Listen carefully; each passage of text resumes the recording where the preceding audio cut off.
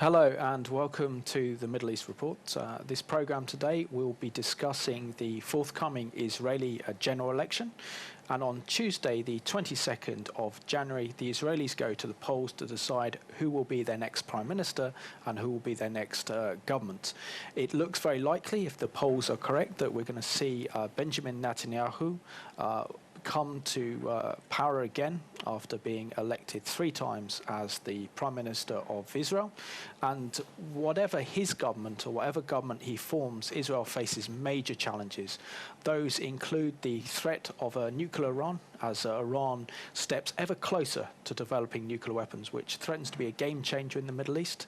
There's also the pressure on the Middle East peace process, in which the Palestinian Authority have declared a Palestinian state through the UN, which has really threatened the viability of the peace process between the Israelis and the Palestinians. Plus also Israel's neighborhood has changed over the last 4 years thanks to the Arab Spring that has seen dangerous Islamist groups like the Muslim Brotherhood come to power.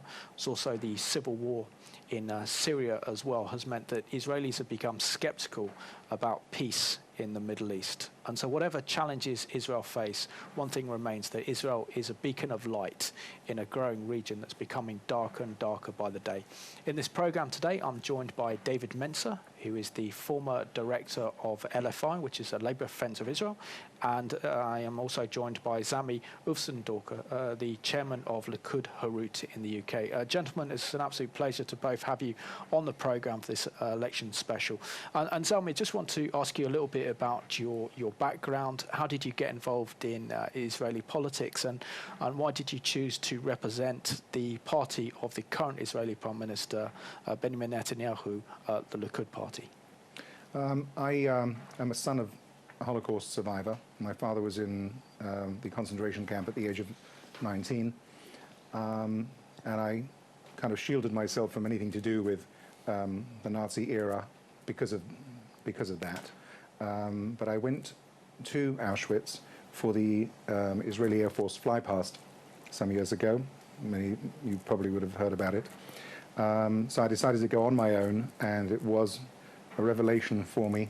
It was a most stirring experience, as it would be for anyone, but to want to wrap yourself up with the Israeli flag that was at the end of the railhead is something I will never forget. And I came back and started writing about Zionism. I started looking at everything through the prism of the Holocaust. Admire very, very much Menachem Begin, the founder of the Likud party, and it's gone along from there. Excellent. And you've got a story to share, which I'm sure many of our viewers would like, about Menachem Begin. He came to power, didn't he, in 1977? Yes. It was because of this being an evangelical channel. He came to Washington after winning the election as Prime Minister, after being all of his life in opposition. And there was a press conference, and most of the world's press were quite well disposed to him, except for one of the left-wing Israeli papers, which asked him, Mr. Prime Minister, you're the most religious Prime Minister Israel's had in all of its history, and yet the majority of your program here in the United States is to meet evangelical groups. I think he was meeting Billy Graham and so forth at the time.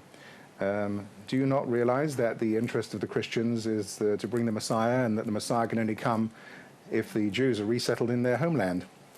And without skipping a beat, Mr. Begin said, if the Christians will help us in the Congress today, we will help them when the Messiah comes.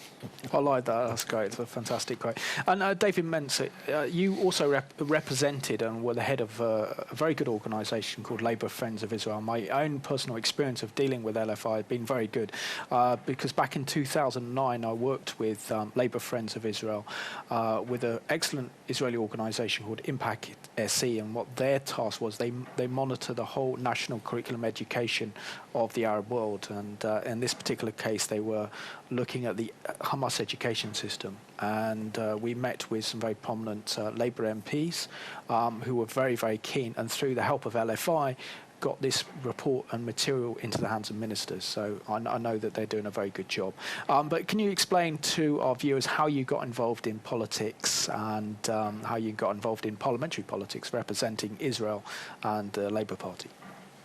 Simon, thank you very much for inviting me. It's a great pleasure to be here. I remember very well from scriptures what God says to Abraham near the beginning of the book of Genesis, where he blesses Abraham to become his offspring will become a great nation.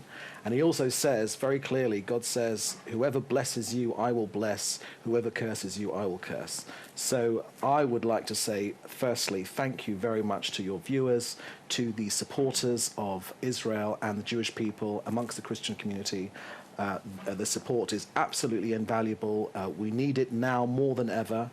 And the fact that you are standing up to understanding, learning more about Israel's unique position in the Middle East is something which is very, very welcome. And for so many years, the Jewish people and Israel have been isolated in the world amongst the nations. And to know that there are a group of people who are willing to go that extra mile to contact politicians, to make sure that there is a wider understanding of Israel's unique position in the Middle East is very, very welcome. In terms of how I got involved in this work, I've been passionate about politics since I've been a teenager. I did politics in university. I went to work in the Labour Party. I'm a passionate Labour Party member. And when an opportunity came to marry my two worlds, my love for Israel and at the same time my passion for the Labour Party, I was able to do that by working for the Labour Friends of Israel. And I was lucky enough to be able to take 70 Labour MPs off to the Middle East to see the Palestinians as well, because it's very, very important that British politicians get a real feel for what's going on in the region. And I've been very, very proud to do that, and I'm looking forward to the debate today. Excellent. Well, it's a pleasure to have you both on the programme. David, firstly, I'll start with you. Israel has a very, very complicated political system. Thankfully, Israel is the only true democracy in the Middle East because Israel has multi-party elections. Can you explain a little bit more about Israel's system of government and her election? Because Israel's system's based on proportional representation and not a first past the post like we have here in Britain. Well, this idea about political representation and about election systems was we had a referendum ourselves in this country not very long ago. It was part of the coalition agreement between the Tories and the Lib Dems. But that's where the similarity ends, because even the biggest proponents of proportional representation in the UK look to Israel and do slightly wonder about that particular system. It is a very, very difficult system. Its origins grew up from the foundation of the state. I mean, the important thing about Israel is it is a democracy. You could possibly say that it's possibly too democratic, because the threshold is so low that the reality is if you get about 2% or about 3.5% of the vote, you will get a Knesset seat. So me personally, I'm not an advocate of the proportional representation, and the system in Israel is possibly the worst example because it does mean that it does create a very sort of fractious political environment. That said, everyone has their say, and the one thing you will know about Israel is that its media is open, its politics is open, it's a tremendously vibrant social democracy. Communications and the way that politicians interact with society, it's everywhere. It's all incumbent. It is a part of every person's life, and anyone that's visited the region knows that Israelis are glued to the news constantly in terms of what's going on. So, yes, the system of Israel is difficult to understand, but it is democratic, and it still remains the only democracy in the region. And Salmi, as we look at some of the Israeli elections, particularly this election, and Israeli elections are known to be very lively, very passionate, where passionate issues are discussed, such as domestic policy and foreign policy. And also there's a very high voter turnout in Israel when it comes to elections.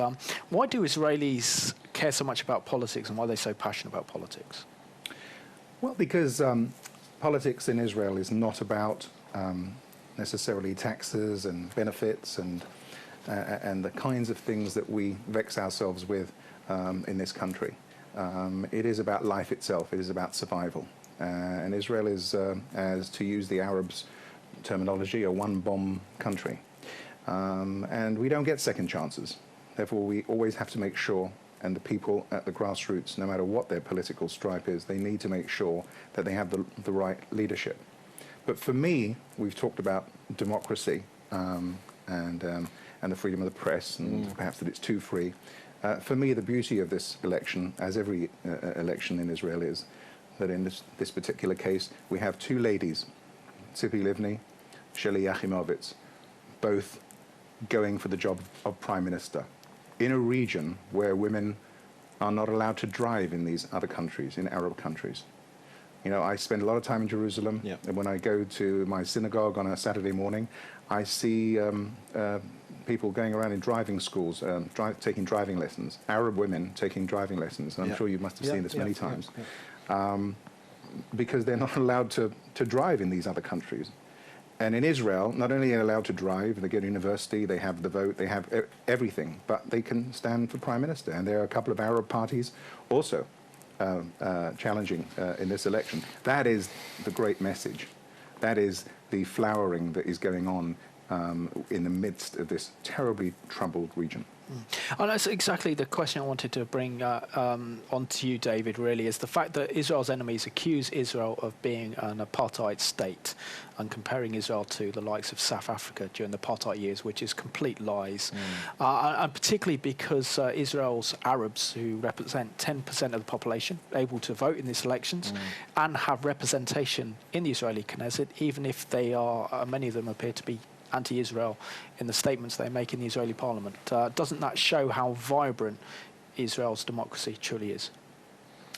I think that anyone that makes that accusation against Israel, I think really exposes themselves, because any visitor to the region, even for a short time, anyone that looks at the vibrancy of the Israeli media will know what an absurd notion that is. I've been proud to be able to introduce Israeli government ministers from Israel and bring them to the UK Parliament.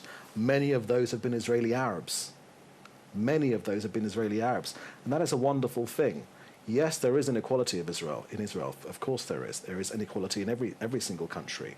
But in Israel, you have, exactly as Zalmi says, a beacon of liberty and of freedom that you do not see in many hundreds of miles in any direction from Jerusalem.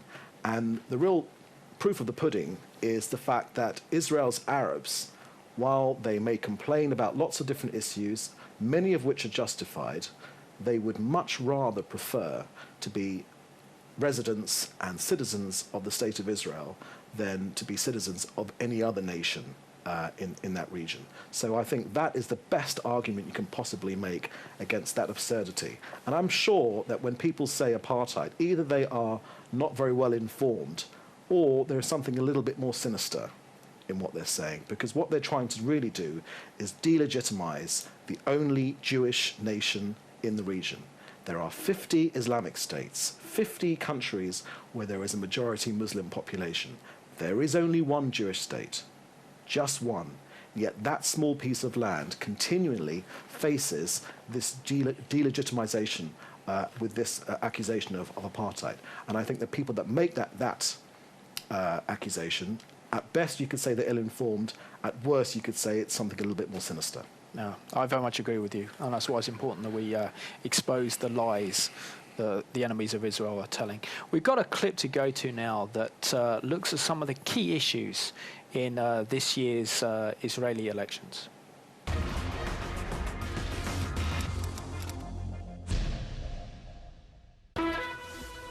The Israeli election coming up seems to be making headlines on a daily basis in Israel.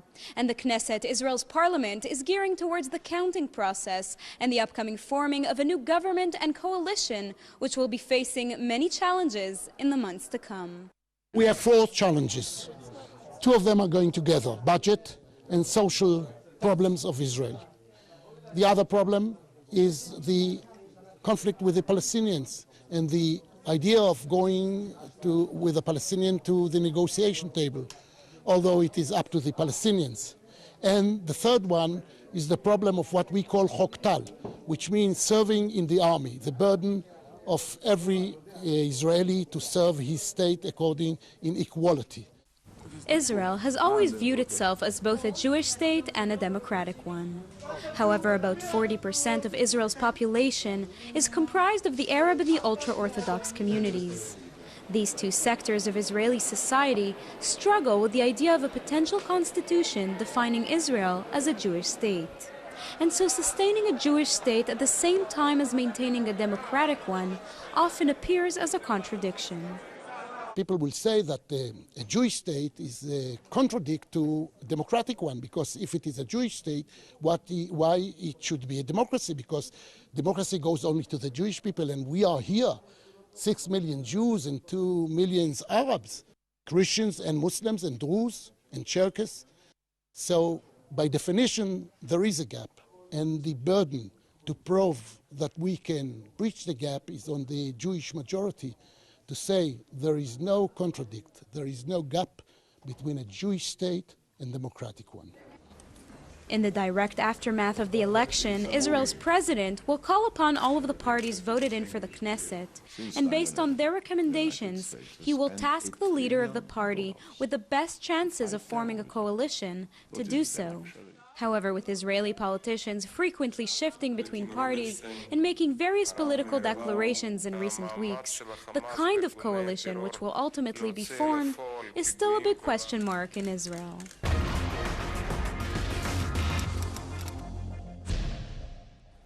Welcome back to the Middle East Report.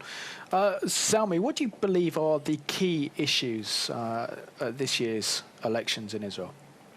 I think the key issue is going to be the extent to which we engage with the Palestinian leadership in the face of total recalcitrance and total ignorance. Or when I mean ignorance, I mean ignoring all of the efforts that Israel has made. We went through a 10-month settlement freeze, and in the last week of the settlement freeze, they said, "Well, let's have another settlement freeze." It's this kind of going up a tree and not coming down that Israel is facing, and yet the left-wing parties feel that we should still be slicing away the salami and giving more and more concessions, a bit like throwing meat to a lion and hoping that he's not going to eat us, or better still, he's going to become a vegetarian. So therefore, I think that the issue is between the fantasists and the realists.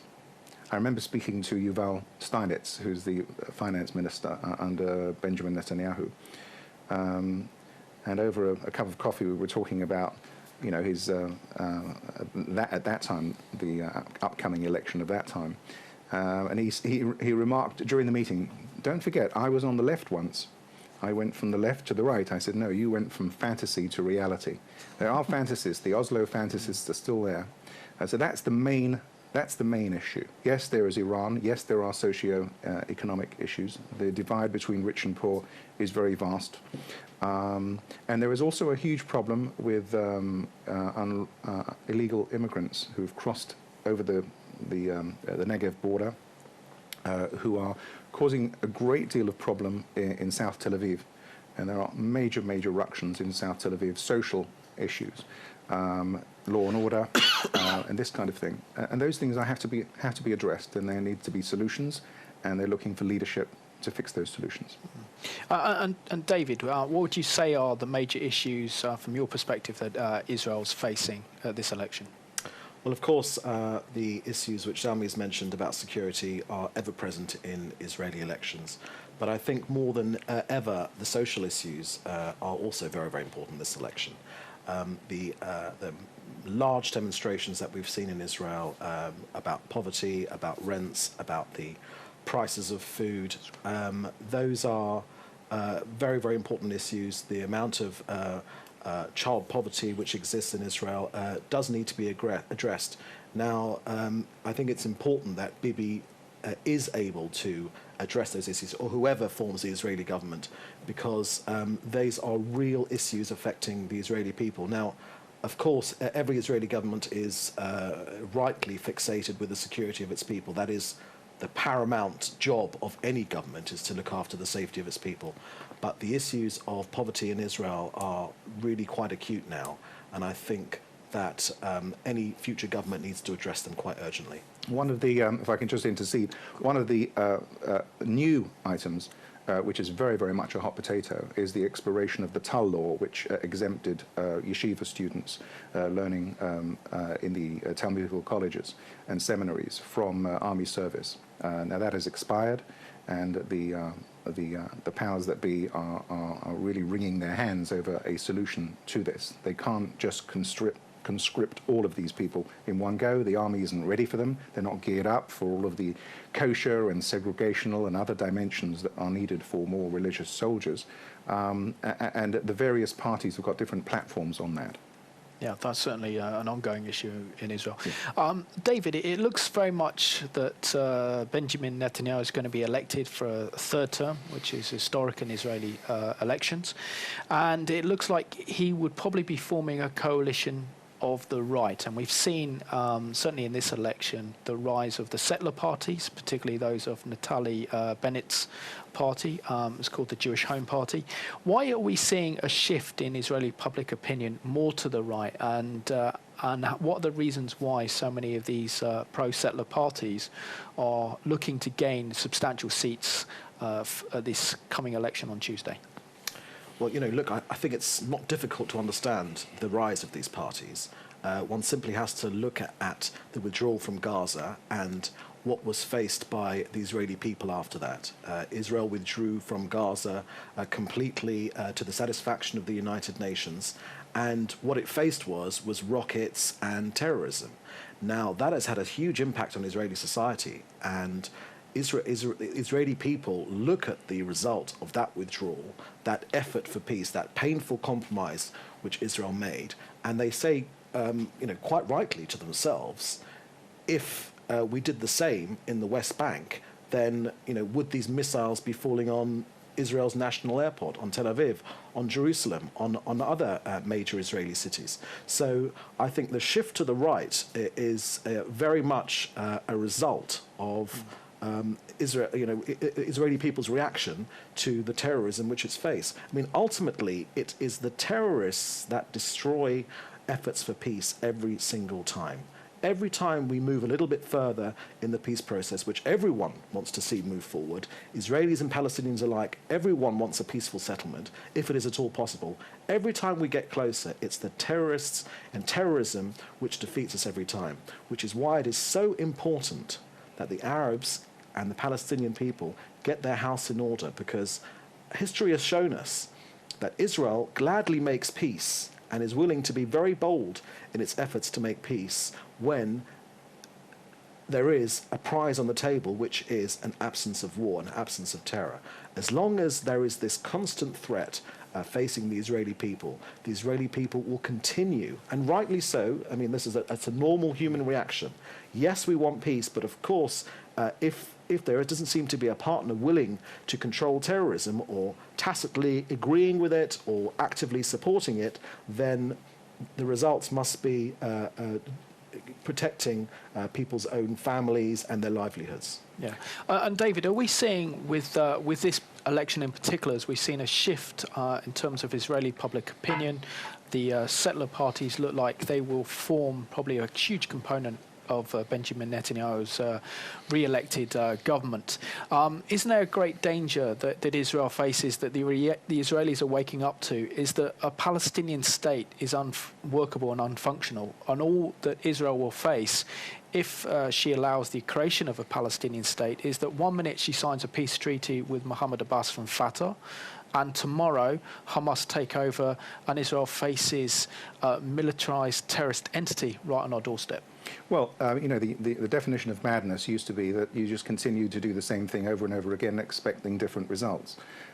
We have very, very clearly seen that every single piece of territory that we have given up has been taken over by Iran in whatever guise, whether it's Hamas, Hezbollah, you name it, whatever splinter group, has been taken over by them, not for a state, not for schools, not for any kind of cultural or business ventures, purely for rocket rocket launching. This happened in South Lebanon, this happened in Gaza, and it most certainly will happen in the West Bank. And the 300,000 settlers who will form a very large voting bloc in this election will be making their message very, very clear about that. They do not want, they do not see a Palestinian state being anything different than what's happening in Gaza and South Lebanon. Another dimension of election dimension here is that if a year ago one might have said after the social demonstrations in Tel Aviv that the guys who were in the tents for all of those weeks would be a major voting bloc in the upcoming election. Well, I think in this election it's changed, because I think a major voting bloc in this election is now going to be those people who sat in shelters for weeks on end.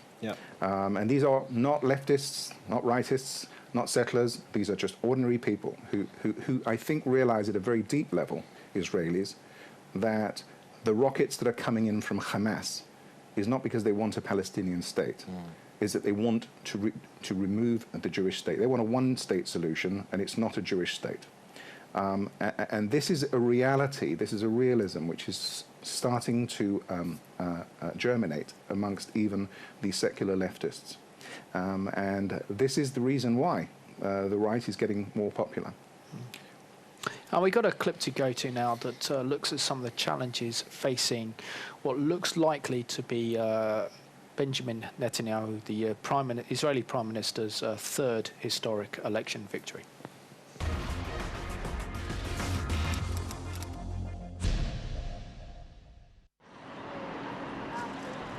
There is hardly any doubt about a victory for the Netanyahu-Lieberman coalition in the Israeli elections on January the 22nd. Opinion polls show Prime Minister Benjamin Netanyahu's conservative Likud party and former Foreign Minister Avigdor Lieberman's nationalist Yisrael Bentanu winning around 35 to 37 seats in the 120-seat Knesset. But this is a sharp decline from the 43 seats they had shown in the polls just in October. There is a new candidate who's caused this erosion of their votes. Surveys show Naftali Bennett, an old Jewish settler and high-tech millionaire, chipping away at Netanyahu's lead, drawing support from his traditional power base. The head of the Bayit Yehudi party, who wants to annex parts of the occupied West Bank, was shown to be in second place with a predicted 18 seats. Netanyahu also faces challenges from the centre and the left. Former Foreign Minister Tzipi Livni has tried without success for now to join her centrist Hatanua party with the also centrist Yesh Atid and the Labour Party. Together they could get more than 40 seats. But the Labour leader, former journalist Sheli Yashimovich, has refused because she doesn't accept Livni's strategy.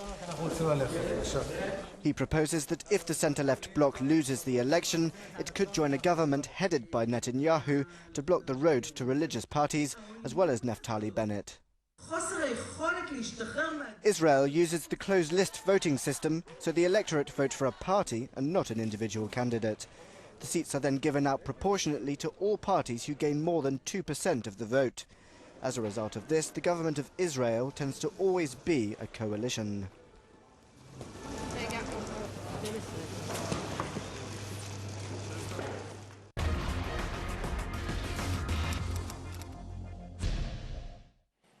Welcome back to the Middle East Report. Zalmi, just one of the rising stars of this election has really got to be, hasn't it, Naftali Bennett of the Jewish Home Party, particularly because he's proposed, according to my notes, that he is opposing the creation of a Palestinian state anywhere in the biblical land of Israel. And he says he wants to annex 60% of Judea and Samaria or the West Bank and make 50,000 Palestinian residents citizens of Israel. Why is he becoming so popular, and what does this mean for Israeli politics? Well, I think a lot of the 50,000 citizens would be very happy, Arabs would be very happy to be citizens of Israel for the reasons why that David referred to before. He's popular, he's a fresh face, he's a self-made millionaire, he's son of American immigrants, so he's well-spoken, he's well-polished.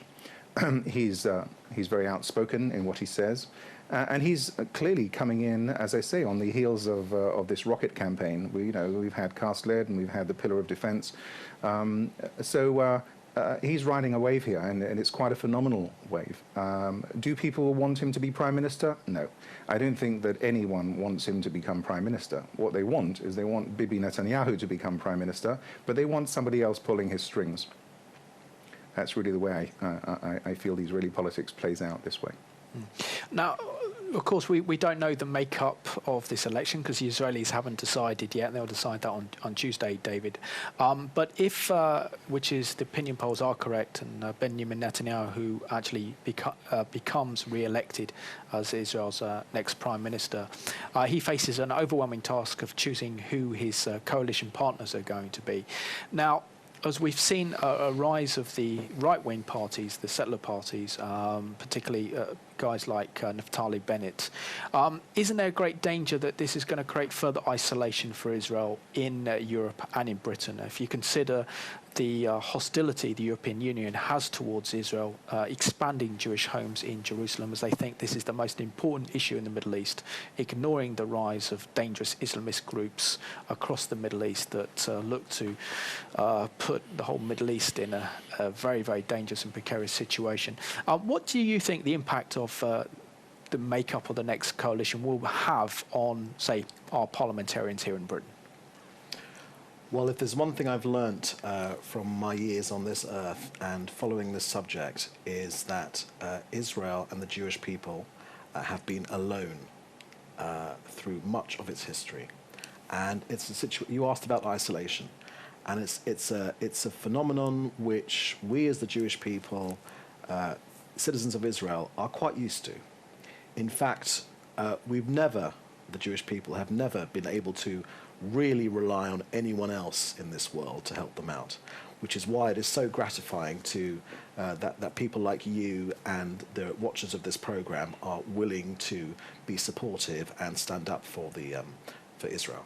Now, in terms of isolation, I'm not one of these people that believes that Israel should bend over backwards to make Washington happy or Brussels happy, and or parliamentarians on the left of the Labour Party or some conservatives as well. I'm not one of these people. What Israel must do is what's right for its people.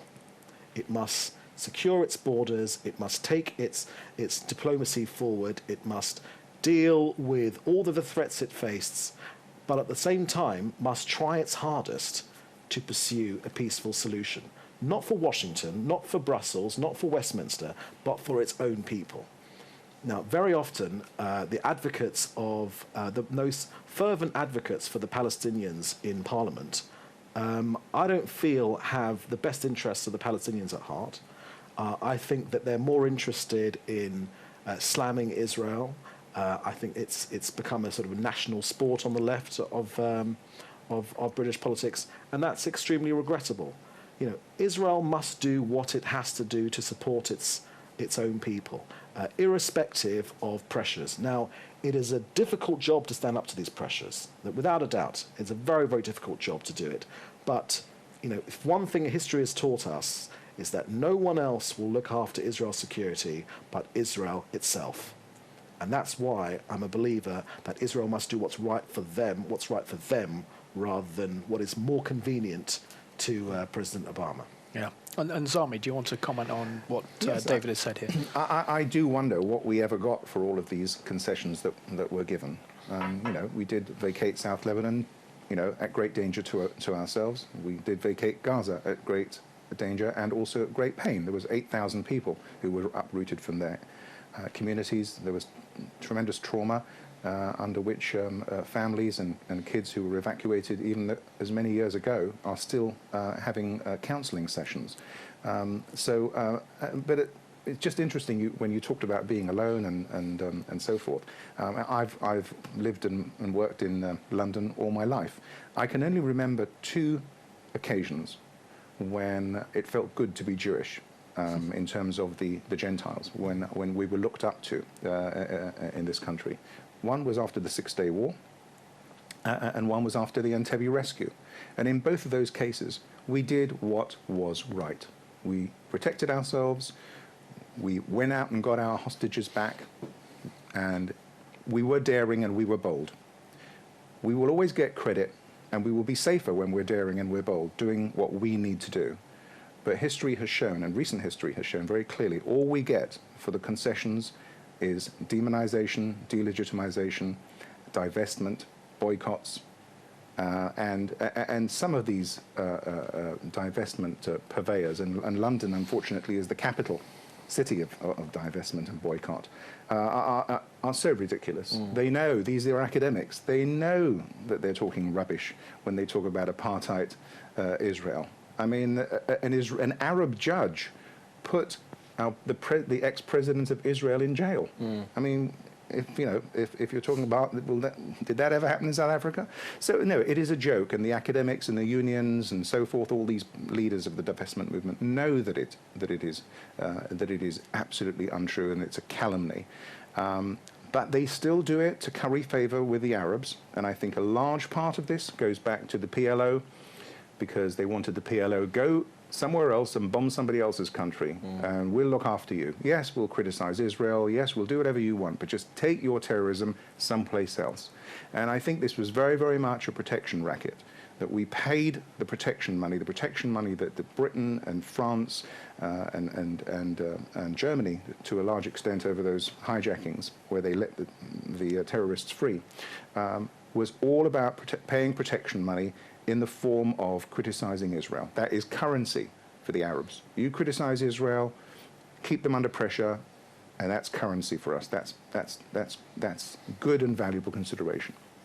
So really harking back from the 70s with all the hijacking and the terrorist attacks all across London and Europe in the 70s. Yeah.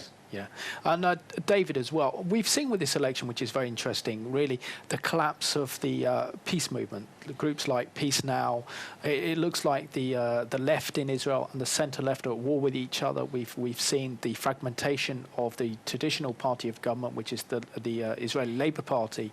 Why do you think that the Israeli public are becoming disillusioned with themselves, and why aren't we seeing any real leaders emerge from the left? Have we seen the retirement, I think, this month of Israel's Defence Minister Ehud Barak? Well, it comes back to the old point, which is that the majority of Israel's people are willing to make difficult concessions for peace, and they've shown that time and time again. So they really do. I mean, it's within the DNA of Israel's people to search for peace. I mean, the word shalom is the word shalom is one of God's names. I mean, it's part of the Jewish religion to constantly search for peace. So there is a willingness to take the peace process forward. If there is a viable partner that we can do a deal with, I mean, that is the most important point. If the border of Israel turns to be 7 miles away from Tel Aviv, and that is used as a base for terrorism, I mean, that is simply unacceptable. That is simply unacceptable. And, unless there is a realistic chance of us making a deal which is sustainable with our Palestinian partners, then the Israeli left will continue to have difficulties, gaining support. Now, that said, the Labour Party probably will do better than it did last time. And I think that's largely down to the point about those social protests, about the inequalities within the Israeli society, about poverty, which is an important point which the next government needs to work hard to address. But it will never get to the way it was as long as there doesn't seem to be a likely opportunity for a peace deal to be brokered. And we've got a report to go to now that looks at the surge to the right amongst the Israeli electorate.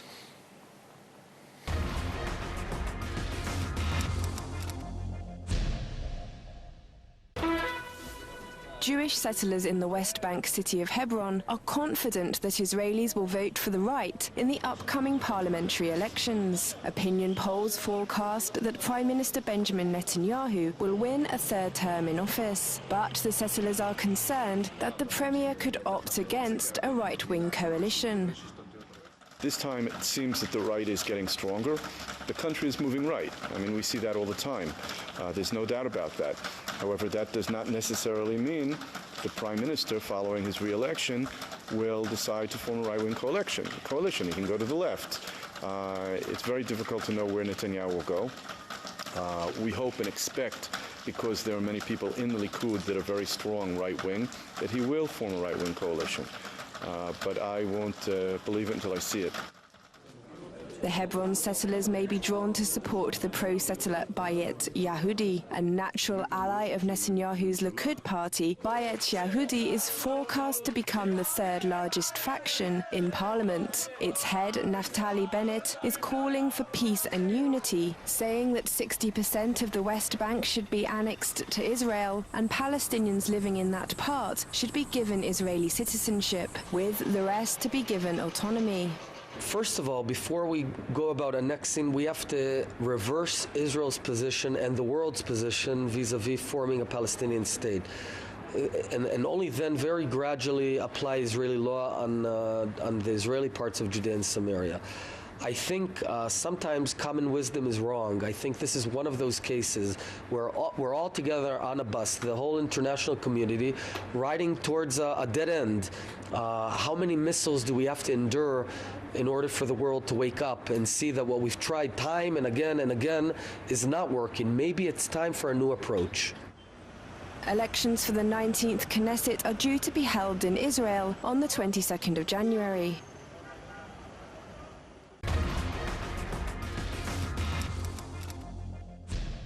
Welcome back to the Middle East Report. Salmi, I just want your views on what you feel the next makeup of the next coalition government will be, if Netanyahu is re-elected, which I believe he will be. Well, as you saw in the clip, Bennett, he has a lot of good things to say, and I think he has a role and he has a contribution to make. But I don't think it's necessarily a foregone conclusion that even if he becomes the second largest party, and that is a possibility, that it will automatically be the case that Netanyahu will go into coalition with him. History has shown that Netanyahu has reached out for a centrist party. And he will not necessarily want to be totally reliant on Bennett's party, so that during the next round of negotiations over, let's hope not Jerusalem, but certainly in the West Bank, because let's face, we do not want to control Nablus. We don't need to control Nablus. Nablus is a very thriving community. He will not want to have Bennett's sword of Damocles over his next government to say, right, we're leaving, and then to cause a government crisis, and then allow somebody else to form a coalition of the left. So I think, depending on how things settle in terms of how many mandates are obtained by Likud Beitenu, they will probably try and reach out to the middle ground first, and then trying to present to perhaps to President Obama a more open and reasonable platform, notwithstanding the security imperatives which everyone is going to have to sign on to. And also, Dave, we want to bring you into this one as well. What do you think the makeup of the new coalition government could look like? Well, another thing I've learnt about Israeli politics, and all politics in general, is never predict the outcome. Very sensible. But I'm a journalist, so I think I should ask these questions. Sure. Look,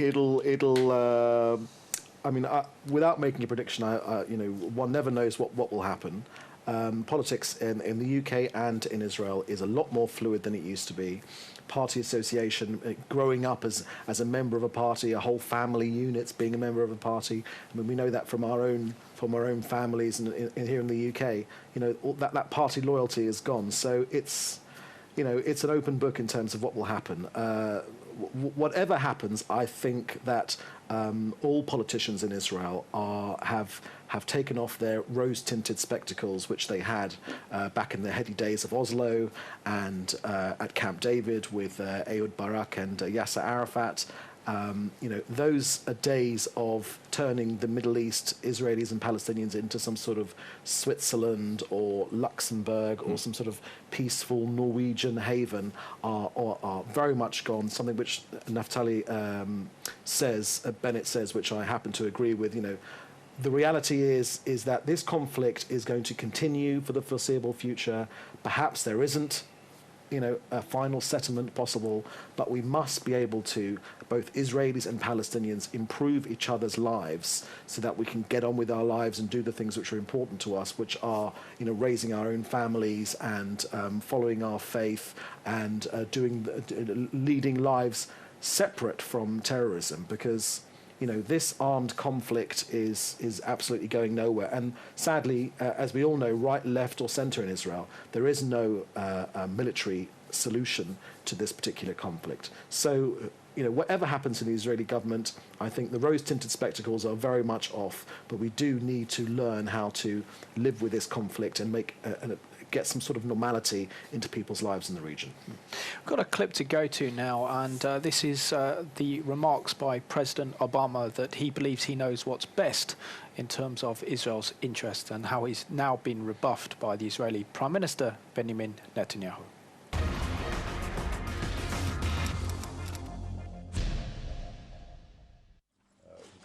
Israeli Prime Minister Benjamin Netanyahu has made a thinly veiled attack against Barack Obama after the US president was quoting as criticizing Netanyahu's character and his ability to determine his country's best interests.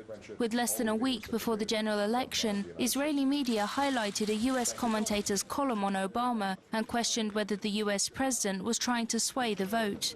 But during his visit to an army base near Gaza, Netanyahu appeared to chide Obama without mentioning his name.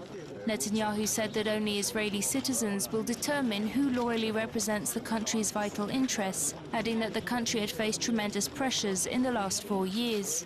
Obama and Netanyahu have been at odds over Israel's settlement building in the occupied West Bank, and heavy Israeli hints over possible military action against Iranian nuclear facilities.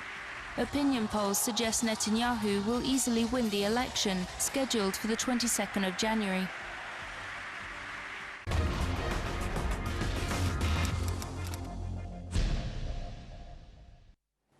Welcome back to the Middle East Report. Gentlemen, I think we've got probably down to around 5 minutes left of the programme, so I think we need to sum up. But Sami, I want to bring you into this one to really just reflect on the issues raised with that clip, and particularly the very difficult relationship that the Israeli Prime Minister Benjamin Netanyahu has with President Obama. It's not going to be easy for the Israeli Prime Minister with newly elected President Obama. I think basically that all goes to sharpening Netanyahu's wits. Clearly, there's no love lost between them, and that it's sad. But Obama is someone who, after being re-elected, really believes he is all powerful. But I think we all know that a different power guides what happens in the Middle East. Israel is a miracle. It should not ever have survived after 2,000 years and been rebuilt in such a magnificent way. It defies all the laws of gravity, logic, politics, and so forth. So Obama will come and go, other presidents and prime ministers will come and go, Israel will go on and thrive. But the most important thing is that it must be under strong leadership which believes in itself and believes in its divine destiny in its homeland. I say amen to that. I fully agree with that.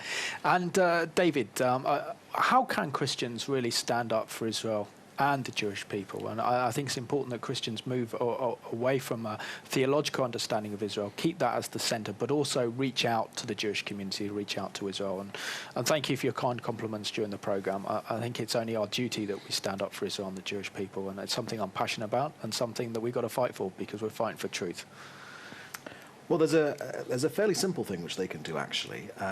British members of Parliament, having worked inside Parliament for close on 20 years, they are affected by their constituents. When constituents write to them, contact them, go and see them, make appointments to go and see them, they are affected because they are our representatives in Westminster.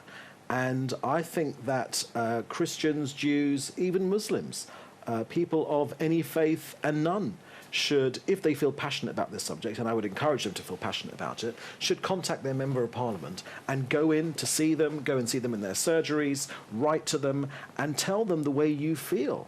Tell them the way you feel, because British Members of Parliament don't really get a feel for the passion there is across the country.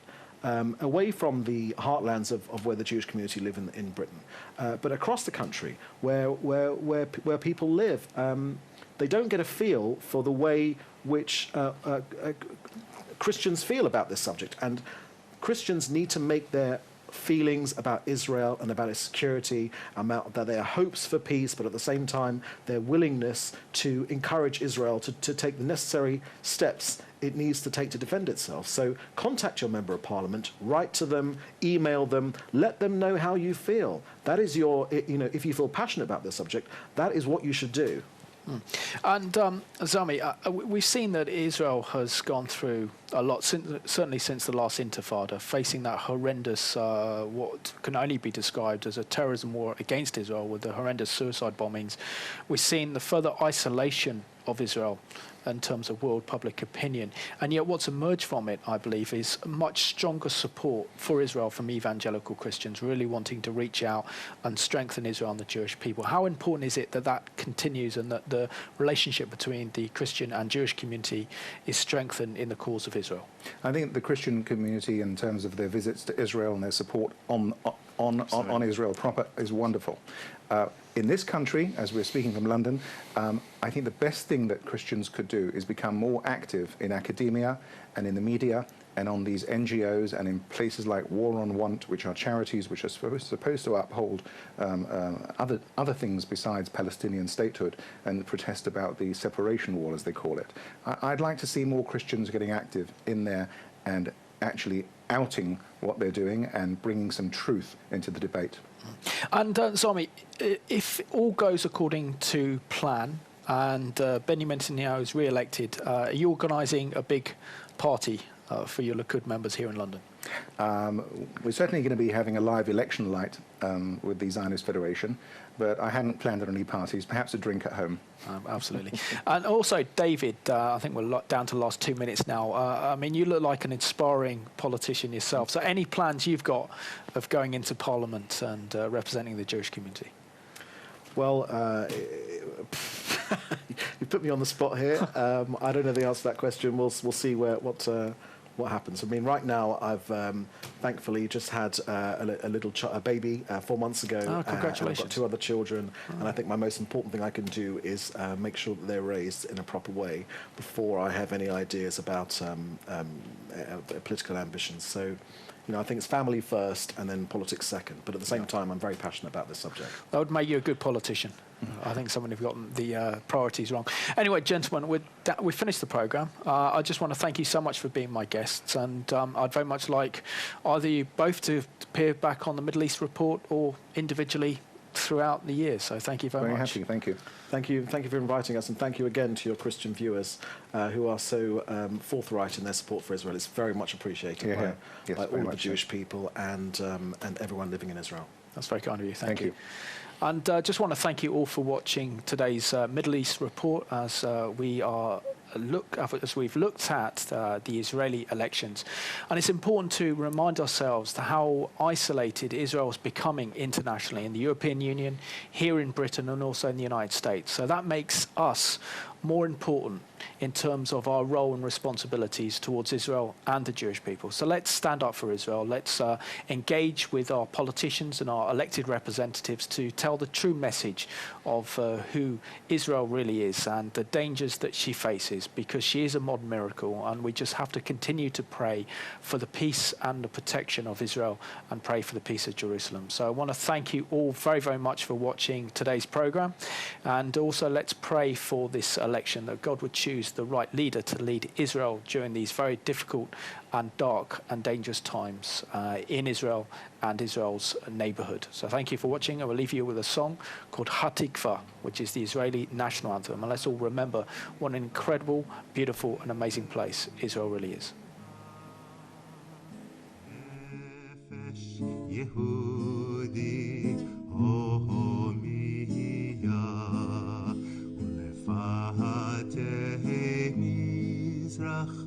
קדימה, עין לציון צופיה, עוד לא אבדה תקוותנו, התקווה בת שנות 2000, להיות עם חופשי בארצנו, ארץ ציון וירושלים, להיות עם חופשי בארצנו.